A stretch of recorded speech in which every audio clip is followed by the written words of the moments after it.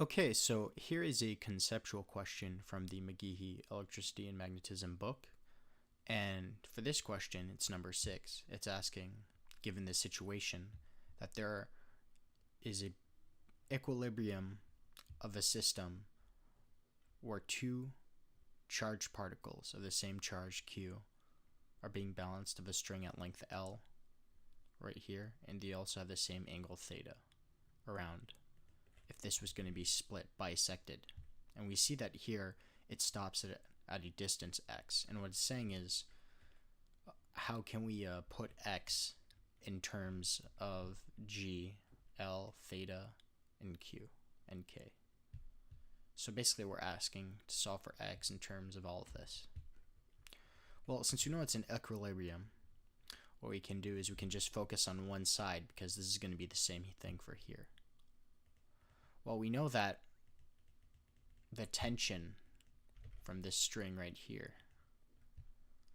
if we're going to solve for this tension that's going to be pulling this up from preventing this particle plus Q from falling down, we can say that T cosine theta, which is going to be this upward force going up here, that's T cosine theta. That's going to have to equal to this mass mg of this plus q right here, because that's going to be in order to lift it up. However, there's still an electrical force going on here in which these two charges are repelling each other because they're of the same charge. So this tension of the string also has to balance that. So we can say that T sine theta, that's going to have to be equal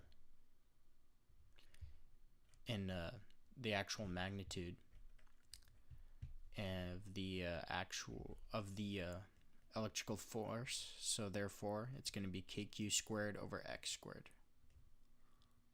And you can see this because this is from the general electrical force inverse square law, where it's F of V, that's going to be equal to kq1 q2 over r squared. But since these q1 and q2 are the same, I'm just writing this as kq squared over x squared because x is the distance between the two. If this were going to be equation 1 and this would be equation 2, label it as that. If we divide equation 1 by equation 2 with the trigonometric identity, you get tangent theta. That's equal to kq squared over x squared mg.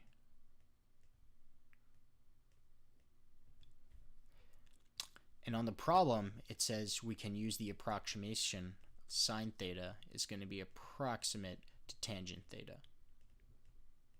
And it makes sense because if you look at it this way, sine theta over cosine theta is equal to tangent theta. Well, for a small, if this was going to be at 0, cosine theta is equal to 1, and if it was this increase in theta was so small, it would still be approximately sine theta because sine theta would be divided by almost 1. So that's a good approximation. And we can, so on the problem it says use this approximation. We say sine theta, that's equal to kq squared over x squared mg. And sine theta, based on this rectangle that we have, this right triangle that we have here, we can actually get the value of sine theta. This side of the triangle is x over 2, and this side is L.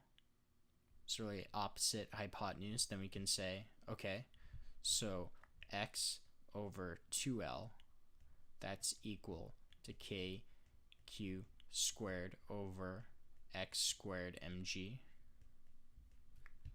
So then we can use the cross products property. X cubed mg is equal to 2L kq squared. Therefore, x has to be equal to the cube root of 2L kq squared over mg. And that is X in terms of all these given